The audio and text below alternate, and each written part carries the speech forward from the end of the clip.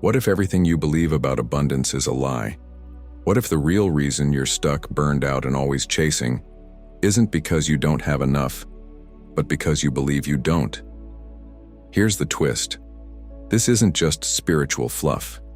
It's neuroscience. It's ancient wisdom. It's real.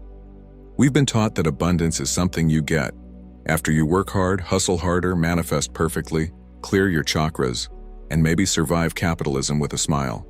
But what if abundance has nothing to do with what's in your bank account and everything to do with what's in your awareness? Let's be honest. Most people are living in survival mode. Even when they have enough, it doesn't feel like enough. They feel stuck in a loop of not yet, not now, not for me. And this is where the real damage happens, not in the material lack, but in the psychological and spiritual programming that keeps us looping. This video is not about teaching you how to make a vision board or repeat mantras in front of the mirror. It's about pulling back the curtain, understanding the deep layers, scientific, philosophical, and mystical, that have shaped the way you perceive abundance and scarcity. Because when you see the truth behind the illusion, things begin to shift fast.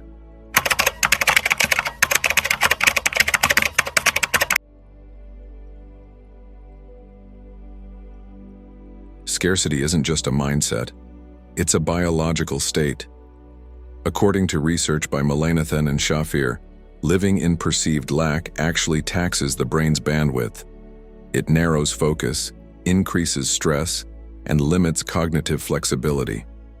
In other words, when you're stuck thinking about what you don't have, you're literally less able to see opportunities, even when they're right in front of you. This goes far beyond money. The scarcity effect shows up in relationships, time, attention. Think about it. Ever notice how when you feel like you have no time, you actually waste more of it? That's the tunnel vision effect of scarcity at work. The brain gets hijacked by what it perceives as urgent, and it loses sight of what's important. Ironically, this survival pattern worked when we were hunting mammoths, but in modern life, it creates a constant sense of chasing and burnout. The nervous system is in a loop of vigilance, always scanning for lack, and it becomes addictive because your brain believes it's protecting you. Breaking this cycle starts with awareness. Begin noticing where your thoughts contract. When you hear yourself say, "I don't have time," ask, is that really true? Or am I caught in the illusion of scarcity again? Even just this pause can disrupt the loop, and this opens the door to something deeper. Because if the brain is responding to perceived lack, what happens when we shift the perception?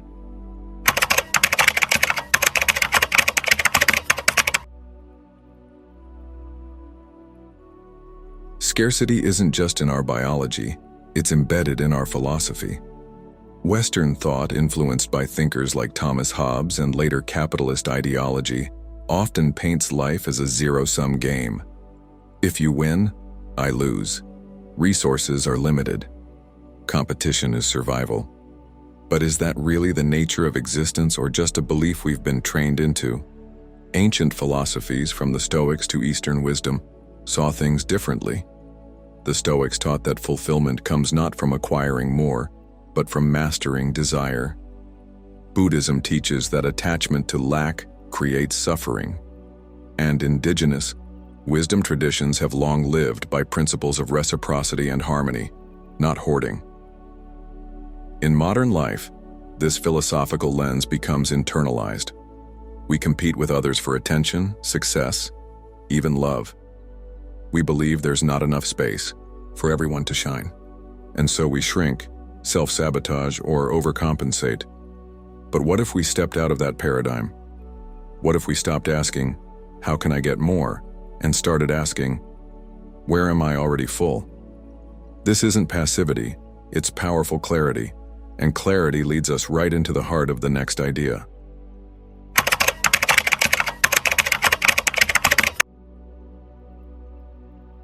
True abundance doesn't begin in the material world, it begins in consciousness.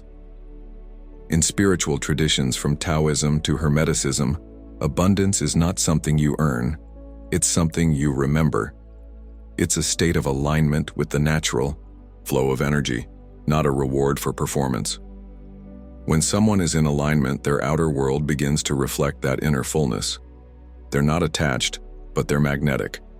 This is why spiritual masters often had very little by material standards, but radiated peace, joy, and influence. Think of water. It doesn't force itself. It flows. When it encounters resistance, it doesn't stop. It adapts. That's abundance. Not force, but fluidity. Not excess, but enoughness. To live from this place, one must stop chasing and start receiving. That may sound vague, but it can be very practical.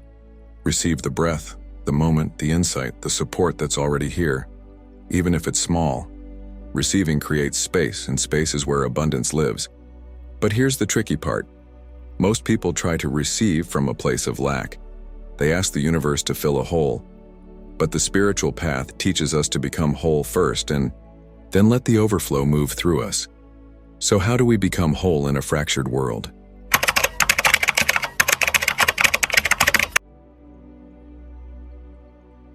Many confuse abundance with accumulation, but collecting more things isn't abundance, it's consumerism in disguise. Abundance is spacious, consumerism is crowded. We're taught to measure abundance by how full our closets or bank accounts are. But what if we measured it by how full our heart is, by how many choices we feel we have, by how deeply we can breathe in the morning? Someone can live in a mansion and feel deeply poor. Someone else can live simply and feel overflowing. The difference isn't income, it's inner wealth. Practicing abundance might look like giving generously, even when it's just a kind word, or refusing to overconsume to fill a void. It might mean choosing rest when your scarcity mind says, hustle more. These acts are radical in a world addicted to more. But to act from this place, we have to confront something deeper. The inherited beliefs that whisper, you'll never be enough unless you prove it. And that belief takes root early.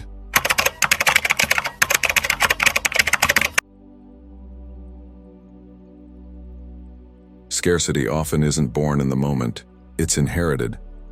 From family patterns, cultural messaging, and collective trauma passed down through generations. It's the parent who said, we can't afford that. The teacher who implied there's only room for one winner. The media constantly broadcasting that you are missing something until you buy it. Children are sponges, and what they soak in becomes their blueprint. Many adults today are unconsciously operating from beliefs they never chose. Beliefs like, money is hard, success is for others, pleasure is unsafe, or it's selfish to rest. Healing these wounds means revisiting the script, asking, whose voice is this? When the inner critic speaks, not to blame but to liberate. Because once you see that the belief was inherited, not inherent, you begin to gain choice again. This doesn't mean rewriting the past. It means choosing differently in the present. You can start by affirming, just because they lived in lack doesn't mean I have to. You can also model a new path forward, not just for yourself, but for those watching you, including your children, your community, your inner child. And with that awareness comes the power to practice something new.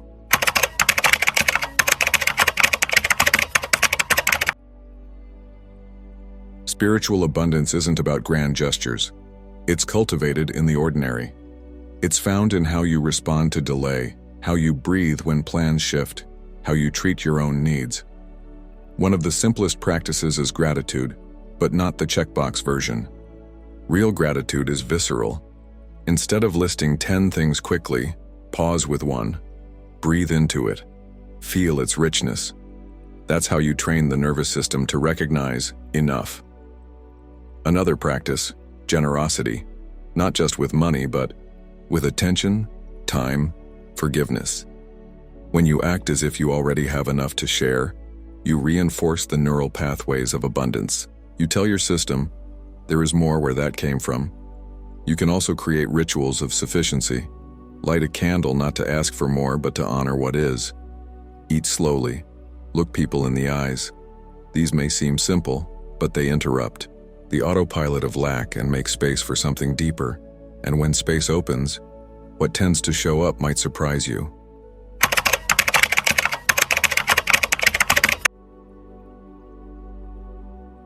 Comparison is often disguised as motivation, but it's actually one of scarcity's favorite tricks. The moment we compare, we unconsciously affirm, there's not enough space for both of us to thrive. It's a subtle way we reject our own timeline, our own rhythm, our own gifts.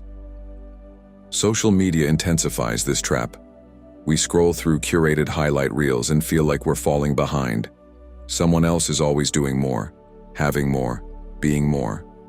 But when you believe someone else's gain is your loss, you're not witnessing abundance, you're reinforcing scarcity. Think of a garden. Would you ever tell a rose it's failing because the sunflower next to it is taller? Of course not. Each flower blooms in its own season, in its own way. Humans are no different. Breaking free from the comparison loop starts with returning to presence. Reminding yourself, this moment is mine. My path is not supposed to look like anyone else's. One practical tip: set digital boundaries. Mute accounts that trigger lack. Follow those that remind you of truth, because when comparison stops, creativity returns, and that's where your unique abundance lives.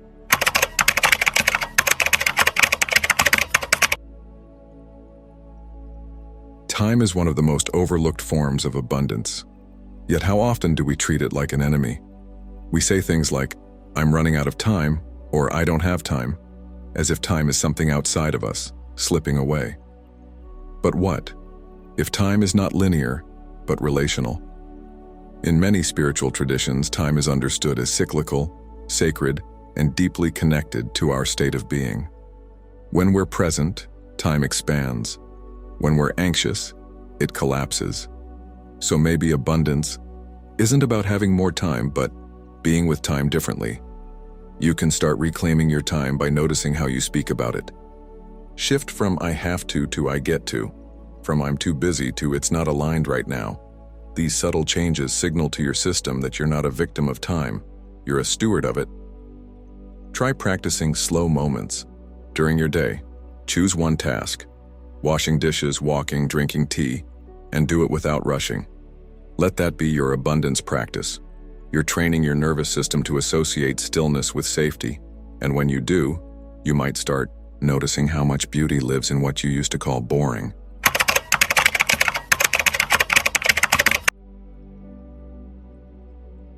Where your attention goes, your energy flows.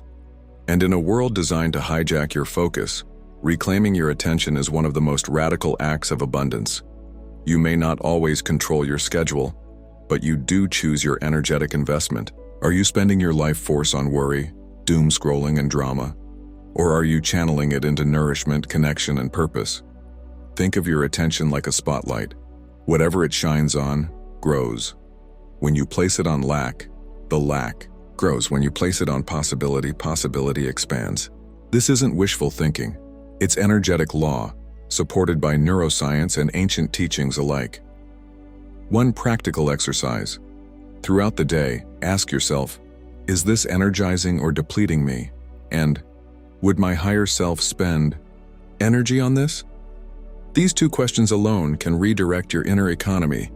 And when your inner economy is aligned, your outer abundance often begins to mirror it.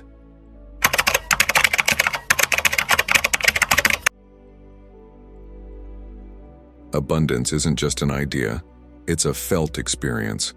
And until the body believes it, the mind will always second-guess it. That's why affirmations without embodiment often fall flat. To embody enoughness, the body must feel safe. Safe to rest, to receive, to express. This begins by building trust with your own nervous system. Practices like breathwork, gentle movement, or somatic tracking help your body remember what peace feels like. You might try this. Place your hand on your heart, close your eyes, and say slowly, right now, I have enough. I am enough. Then, breathe and notice any tension, resistance, or emotion. Stay with it. That's where the real transformation happens. Enoughness is not a destination. It's a state you return to, again and again, like home. And the more time you spend there, the more it becomes your natural resting place. But there's still one more place this journey leads.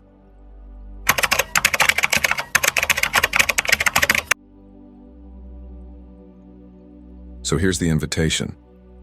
After peeling back the layers, biology, belief, culture, conditioning, what remains is simple, but not easy. The remembrance that abundance was never out there. It was never something to chase, earn, or prove. Has always been within. True wealth is not accumulation, it's circulation. It's not about having more, it's about feeling more. Feeling connected, spacious, alive. The soul doesn't thrive on status. It thrives on presence, on meaning, on truth. And maybe what the world needs isn't more people trying to look abundant, but more people living as if they already are.